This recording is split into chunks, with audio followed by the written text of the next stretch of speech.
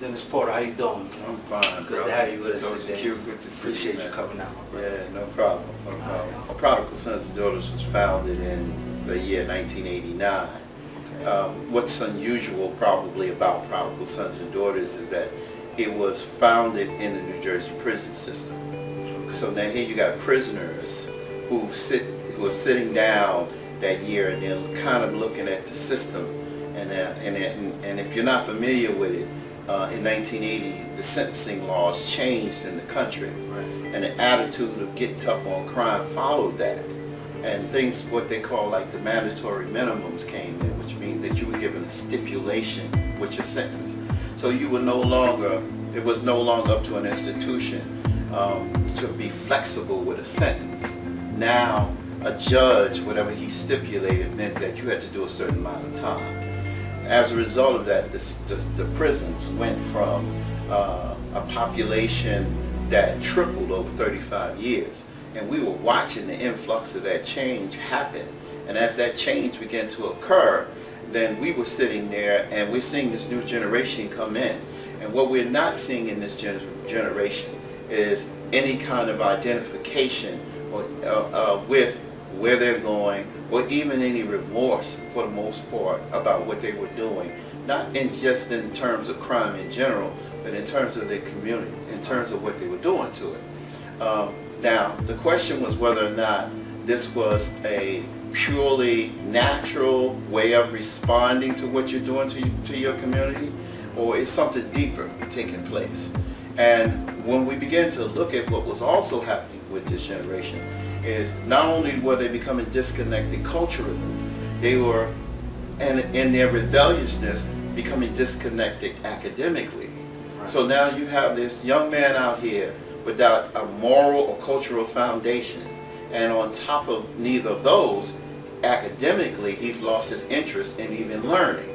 So now you have a very frustrated individual, a very powerful, unpredictable individual, and the system who in many ways played a role in that, also took the opportunity to respond to it in a very aggressive way. And that very aggressive way was these mandatory minimum sentences. The system became over-flooded. We looked at it from our perspective, becoming educated ourselves within the prison system, and asked the question, well, why should we wait on the same system who is helping to perpetuate this, and in many ways directly responsible for it? Why are we sitting back waiting on them to change our condition when we need to change our own condition? And so we got together and we made a pact that we were going to do something about it. And so we began to formulate in our minds different ideas. And it wasn't until I was actually thrown in the hole in 1989 that this came full circle, that I had all the time in the world to sit back and contemplate what was taking place. And I began to formulate a plan. I would formulate a whole system that I believe that would reverse the situation for a lot of people. I sent it out to other prisoners from the whole, and they sent me feedback. And that feedback helped to formulate the whole Prodigal Sons and Daughters formation. And it was born from that condition, and now here we are 27 years later. So what is your mission? Well, the mission basically is the question of us taking responsibility for our community. Can we make leaders and responsible individuals of the young men and women in our community? And the answer is yes. So the greater mission that we have is to reconnect them with themselves and reconnect them with their own abilities. It's particularly their positive abilities. So that's what we try to work with them on. It's very important that we reconnect them with an identification beyond what they are living in right now. Their history goes back. The examples of what particularly black people in America are capable of, there's enough evidence that says that if a misguided, misdirected person can be redirected, then that individual has a great opportunity of taking their negatives and turning them into positives. Right? So what message do you have for this generation? First of all, the main thing is to believe in themselves, trust in their instincts. Trust in the instincts that tell you that there is something greater for you than what you're presently looking at. Trust that if you don't want to do a thing or you don't want to be a part of a thing, trust that you have the capabilities to change the situation. So this is the main thing to this generation that we work hard to do. And that's particularly powerful thing because in this society, they're only seeing, their world is confined to what they see. And so if your world is confined to that, I mean, look at the hopelessness and helplessness you daily come in contact with. Daily, yes. And it may, in many ways, even if you're ambitious, it may stop you from moving at the pace that you could be moving at. Why? Because there's no race. No, I mean, there's no rush. And think about this. Think about if you were in a race with a group of people. You're all racing on the same course. Okay. But you're running well enough that you don't really have to rush because everybody else is running so slow that you take it for granted there was no need to rush because nobody else is really moving that fast. Yeah. But then you go to another field and you look and you notice that the fastest speeds where you are the norms over there. Yeah. So all the people who are really moving slow are giving you the wrong example to go by. And you need to be in places and exploring places where your full potential can be really, really exercised. Why do you think there's so much violence and crime in our neighborhoods? The most interesting thing about this is that the world wants to pretend as if they don't understand what's going on in the black community.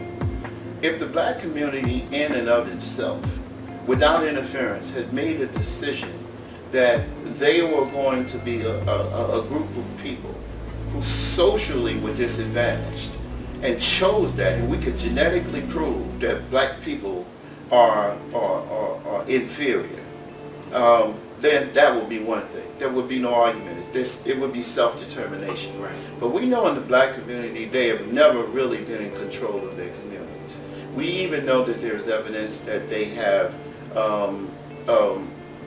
that disastrous plans have went into effect to keep them from getting control of their community. Okay. When we look at the crime and the situations that we are now in, let's go back to what I said earlier. When you're talking about substandard education, when you're talking about no cultural curriculum that puts people systematically back in touch with who they are, when you're talking about the opportunity for economic competition, where they're not getting the training and skills that will allow them to be competitive. They don't even have the ability in their own communities to build their own communities, to buy the real estate. They don't have the education. There are some who do, but there's not enough of us that know enough about how to get control over our communities.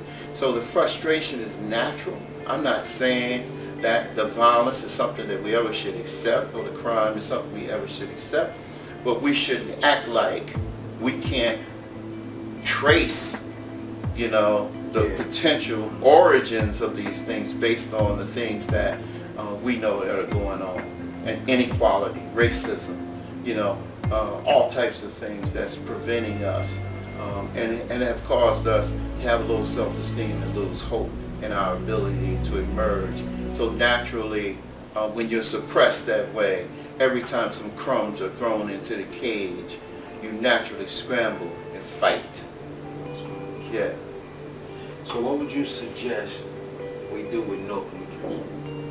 We are now in the process of meeting with perhaps Newark's most conscious and dedicated mayor, and Raz Baraka. In this regard, his history, his family's history, his history of being a native son of Newark, and him being educated himself, him working with children, and understanding the dynamics of Newark, New Jersey gives us a very good chance.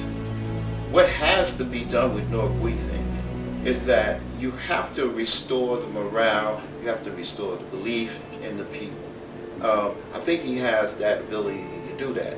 But in doing so, you have to have incentives in place, real incentives, not promises, not false promises that you can't guarantee.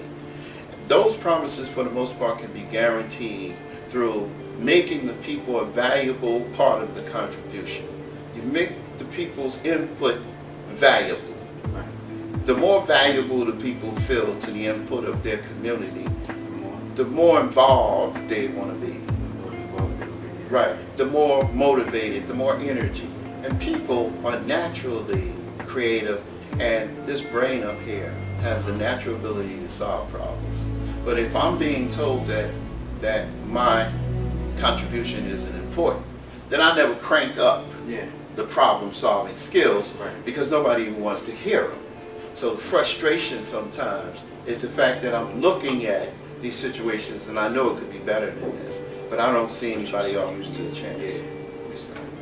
So what programs do you have that might help solve some of these problems? Part of what we're proposing to the mayor is a major, we're calling it a major anti-violence, anti-crime package. But what it really is,